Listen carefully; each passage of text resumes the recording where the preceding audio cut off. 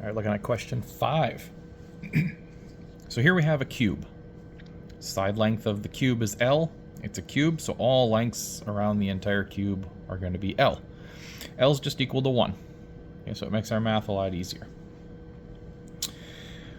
They all have these uniform fields that are coming off of each of the faces of the cubes, of each of the cube faces. Our first problem, A, find the net electric flux through the cube, so the entire cube.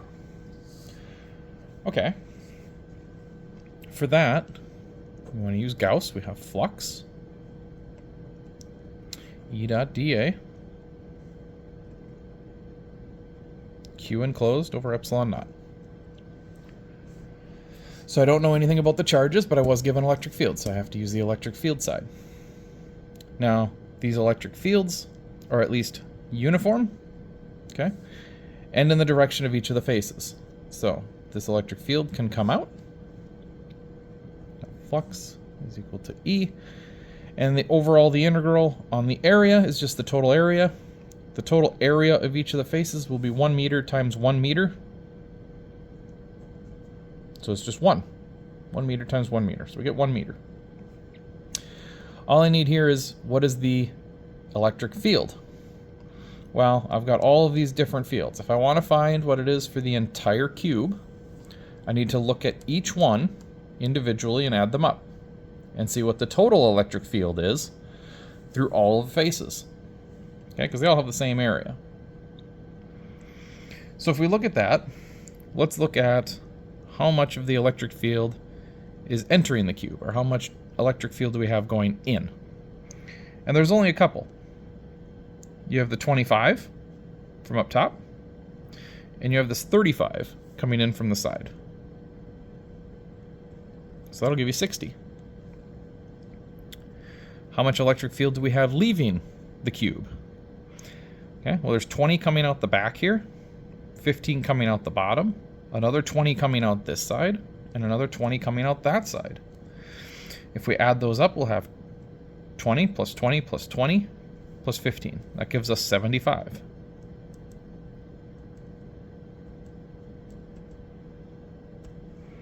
Okay.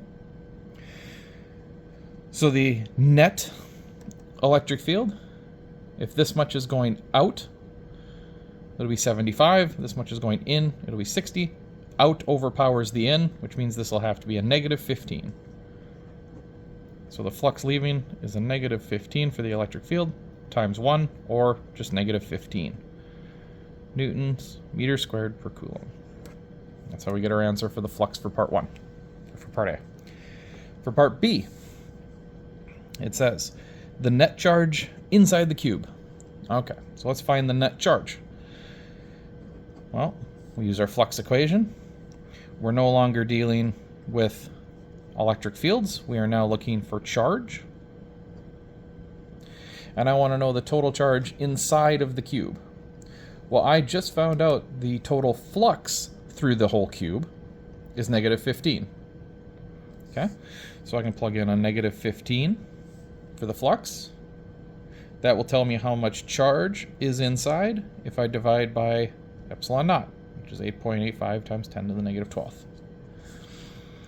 So do that out, and you should get a Q of negative 1.33 times 10 to the negative 10 coulombs of charge, just like written on here. Okay. Last part of the question, C. Could the net charge be a single point charge? Okay. If the net charge were a single point charge located somewhere inside the center of this cube, that means it would either be a positive charge or a negative charge. Right? It can't be both. It would have to be, if it's a singular point charge, it would have to be positive or negative. No point charge will involve fields that go in and out. Okay? So this cannot be a singular point charge inside of the cube, which means there must be something very strange going on in here. Some weird distribution of charges that would cause these electric fields to be different on all sides.